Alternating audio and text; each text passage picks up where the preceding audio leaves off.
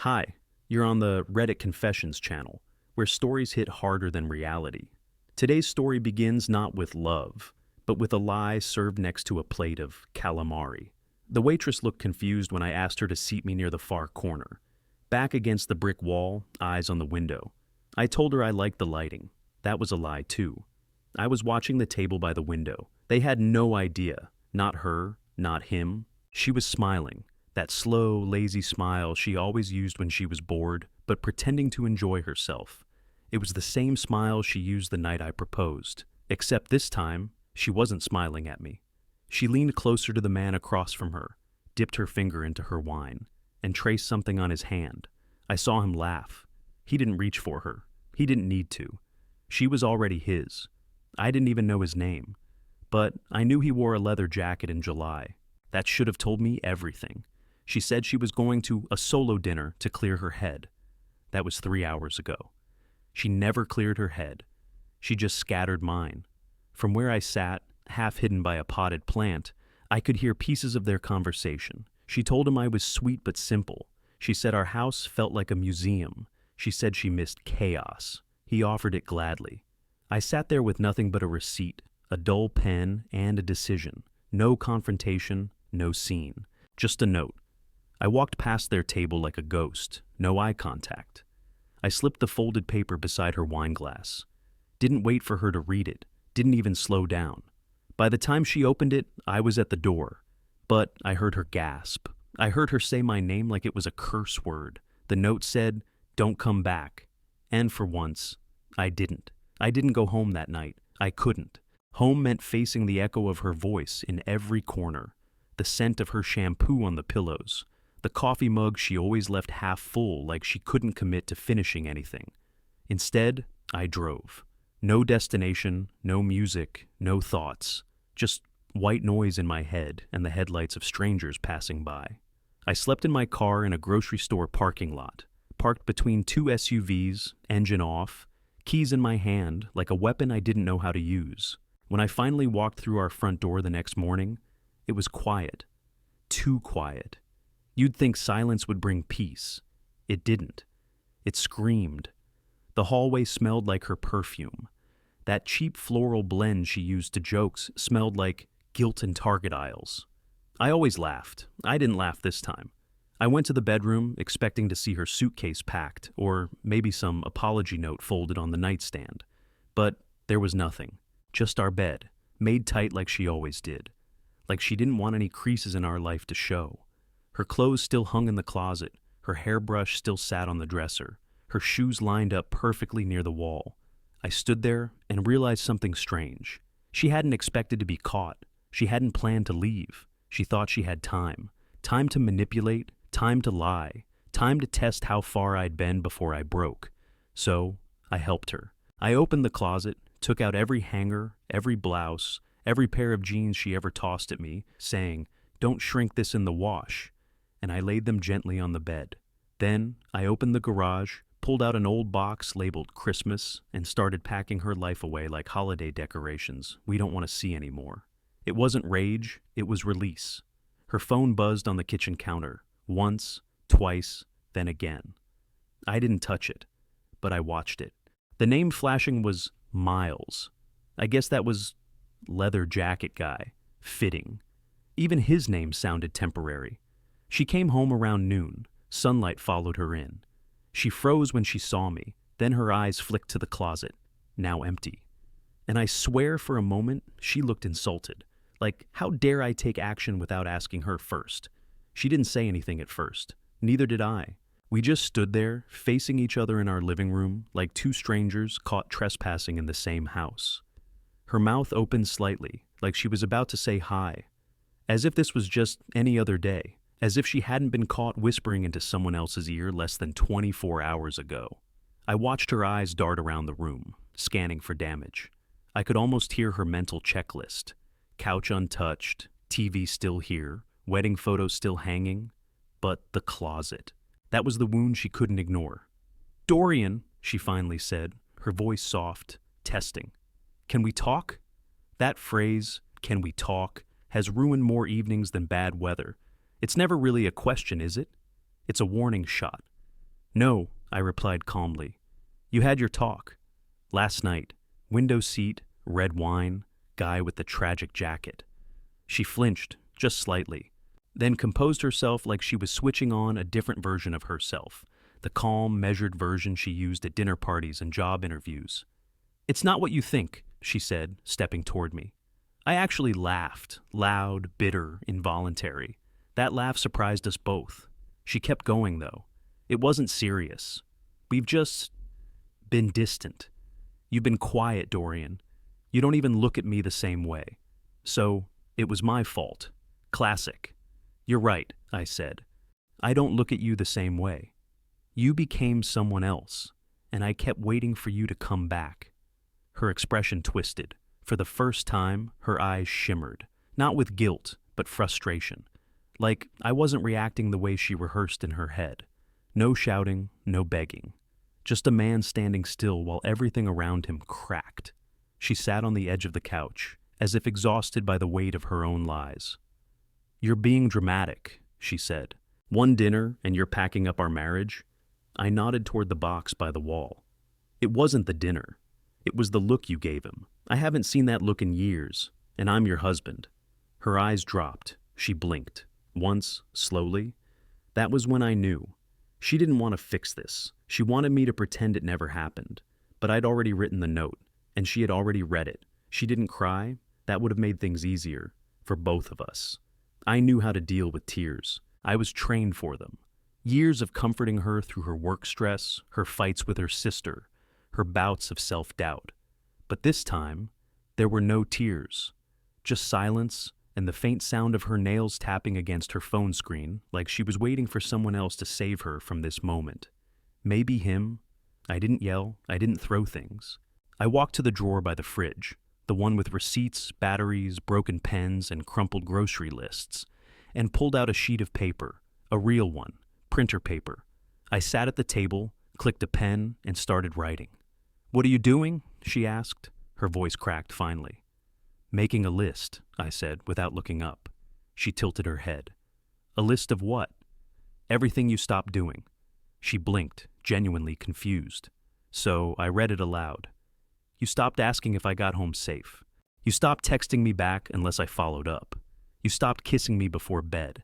You stopped sitting beside me on the couch. You stopped laughing at my jokes. You stopped inviting me to your work events. You stopped introducing me as your husband. You stopped reaching for my hand in public. You stopped defending me when your friends made fun of me. You stopped choosing me. I paused, then added one more line in silence. She didn't respond right away.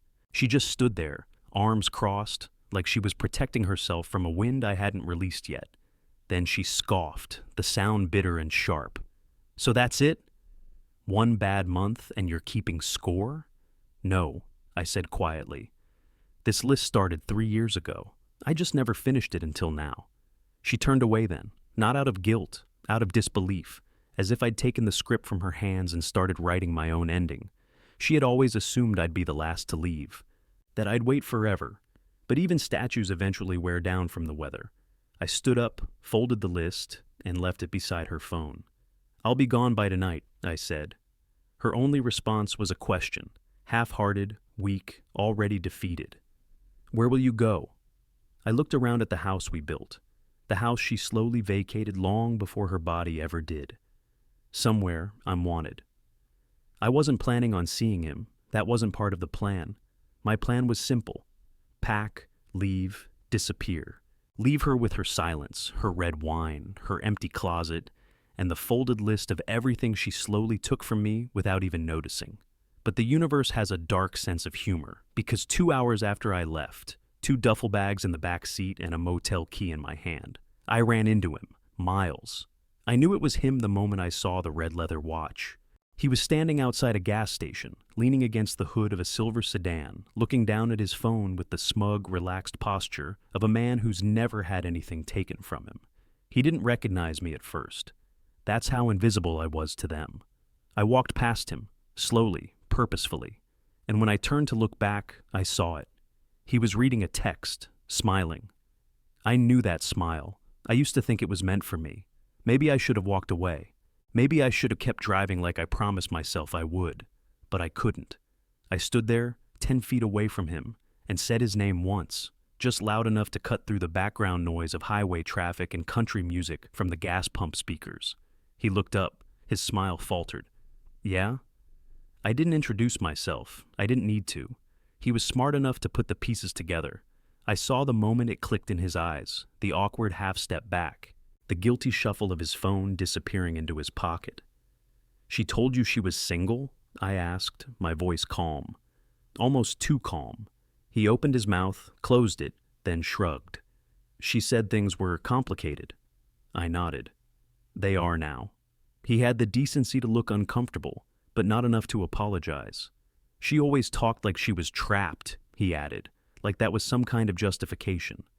No, I replied. She was just bored. I didn't punch him, didn't threaten him. I just walked to the ice cooler outside the store, bought a bottle of water, and drove off. Later that night, she texted me. Not to apologize, not to explain. Just one line. Did you talk to Miles? I didn't answer. I didn't know her the truth anymore. I thought ignoring her would give me closure, that if I just let the silence do the talking, everything would collapse behind me like a bridge I didn't need anymore. But people like Clarabelle don't let go that easily. Not because they want you back, but because they need to rewrite the ending, her version. It started with the text, then 2 missed calls, then, on the 3rd day, a voicemail that sounded more like a monologue than an apology. Her voice was carefully composed, each word coded in that faux innocence she mastered years ago. She said she never meant for things to escalate. She said I'd misunderstood everything. She said Miles was just a distraction during a rough patch. A distraction?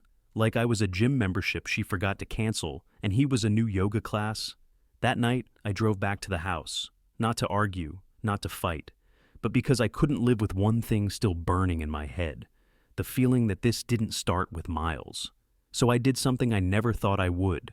I opened the locked drawer in her vanity. She always said it held old journals. I never had a reason to doubt her. Or maybe I just never wanted one. But inside wasn't a diary. It was a stack of sealed envelopes, photos, a flash drive. I didn't look through it all. I couldn't. The first envelope was enough. Postmarked 2 years ago. A love letter. Not from Miles, from someone named Connor. I'd never heard that name in my life. Different handwriting, different tone, but the same narrative. How she made him feel seen. How she said she was stuck in a lifeless marriage. How she promised she was almost free. I sat on the edge of our bed, holding the letter like it was a bomb that hadn't finished detonating. 2 years. That's how long this had been going on. Or longer. I left everything exactly where I found it. Closed the drawer, wiped the doorknob, locked up like I'd never been there. Because that's what she wanted, right? A version of the story where I was clueless and she was the victim of timing. So I gave her silence. Again. But this time, it wasn't surrender. It was strategy. I wasn't invited. That was the part that stung. Even after everything, she assumed I wouldn't show. Or worse, that I wouldn't matter. It was a charity dinner her firm hosted annually. Black ties, clinking glasses, rented floral centerpieces, and the same canned speeches about empowerment and giving back. Clarabelle used to bring me every year. I'd hold her purse while she networked, nod and smile like I understood half of what anyone was saying. But not this time. This time, she brought Miles. I knew because my old coworker Elise sent me a photo. She said, "Isn't this your wife?" It showed Clarabelle, arm looped around Miles's, both laughing mid-toast. I stared at it for 3 full minutes before I noticed the worst part. She was wearing the necklace I gave her on our 5th anniversary. She once called it the only thing I've ever worn that made me feel loved. So I put on a shirt I hadn't worn in months, dusted off my blazer, and drove there. Not to cause drama, that's not who I am, but because I needed to see if she would flinch when she saw me. Spoiler, she did. I didn't approach her right away. I made small talk, walked around. I didn't even look at her until I saw her staring at me, panic creeping up her neck in patches of red. Miles noticed. He leaned in to ask something. She shook her head, smiled. Too late. Her mask had slipped. Then I did something I never imagined I'd have the nerve to do. When dessert was served, I walked up to their table, calm and collected, like I belonged there. I didn't look at Miles. I didn't even acknowledge her at first. I simply placed a small envelope between them. "From the locked drawer," I said quietly. "Thought you might want to finish your collection." Clarabelle's face drained completely. She reached for the envelope like it might explode. Miles looked confused, concerned. "What is this?" She didn't answer. She didn't have to. The letter inside was from Connor, one of many, all of them dated before Miles even entered the picture. I didn't stay to watch her unravel. I left as quietly as I arrived. But I knew, for the first time, I had rewritten the narrative. Her version, it wouldn't survive the night. The next morning, I woke up before my alarm, not in a panic, not from a nightmare, just awake, clear. For the first time in years, I didn't feel like I was bracing for something. The silence in the room wasn't heavy anymore. It was peaceful. No vibrating phone, no guilt texts, no pacing or overthinking, just light seeping through cheap motel curtains and the strange relief of being free. She never responded to the letter, not even a follow-up text. I think she finally understood. There was nothing left to defend. Her carefully spun version had collapsed on itself. I didn't need revenge. I didn't need her to hurt the way I did. I just needed the truth to surface. And now that it had, I felt weightless. Over the next few weeks, I moved into a small one-bedroom apartment closer to the city. Nothing fancy, creaky floors, secondhand couch, kitchen sink that wheezes when you turn it on too fast. But it was mine, every detail, every dent and drawer and dusty corner. I started running in the mornings, something I hadn't done since college. I started cooking again. I started remembering who I was before I bent so hard, I almost disappeared. Clarabelle emailed me once, just a few lines. No apology, no explanation, just, "I hope you find peace." I never did. I didn't reply. That chapter had closed, and some pages don't deserve to be reread. 2 months later, I met someone at a bookstore of all places. Her name's Liza. She was arguing with the cashier about whether a particular novel was historical fiction or fantasy. I laughed. She rolled her eyes. We talked for an hour about books and life and the weird joy of starting over. I haven't told her my whole story yet, not all of it, but I will. And for the first time, I'm not afraid of how it will sound, because I'm no longer ashamed of how I loved, only of how long I accepted less than I deserved. Thanks for sticking through this story. If you've ever had to rebuild yourself after betrayal, or know a historical moment where someone had to rewrite their entire life, drop it in the comments. We'd love to hear. You're watching Reddit Confessions. And sometimes, walking away is the most powerful thing you'll ever do.